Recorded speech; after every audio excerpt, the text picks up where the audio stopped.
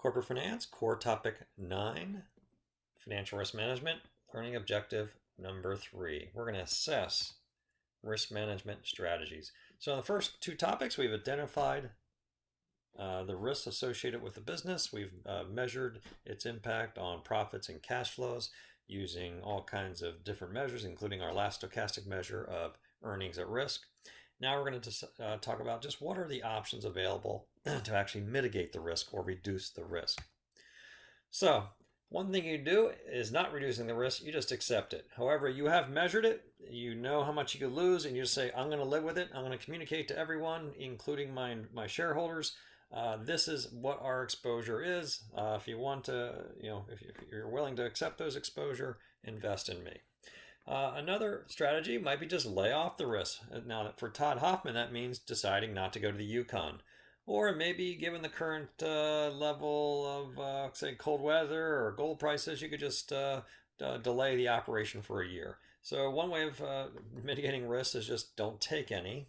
That's opposed to the first one where I say just accept it.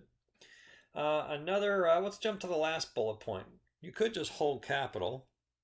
So if you accept the risk and say I could lose $100,000 less than expected, one thing to do is maybe just hold $100,000 in case you need it, so you won't go bankrupt, or just maybe have enough cash to pay off your credit holders. One way, so that's the idea of holding capital. That's why a lot of firms hold some amount of cash. It's not just as an investment; it's kind of a rainy day fund. So when things go poorly, at least I have some cash. The downside of that is cash, earns very little interest, and also could be used for other things like growing the business. And let's talk about the last category of mitigating the risk: hedging. So hedging, I'm gonna break that up into two areas: operational hedges and derivative contract hedges. So operational hedges is everything you can do in the business to just reduce the risk. All right, without using financial markets or contracts. So for Hoffman, if he's worried about fuel prices, one thing he can do is an inventory build. All that means, if you're worried about the fuel prices going up, well, you can just buy a big tank and put the fuel in it today, and then you no longer worry about fuel prices. So you can do that actually with any commodity. If you're worried about the price going up, whether it's grains or pigs or whatever, just buy them today. You could buy, the next thing, operational hedge, is just buy insurance. You can buy insurance on your equipment if it breaks down. You can buy maintenance contracts on your equipment. So again, we didn't identify the exposure of equipment failure. That's one way of doing it. Another operational hedge that Todd Hoffman actually does do in later seasons, as he gets a little bit better at this gold mining business, is core samples.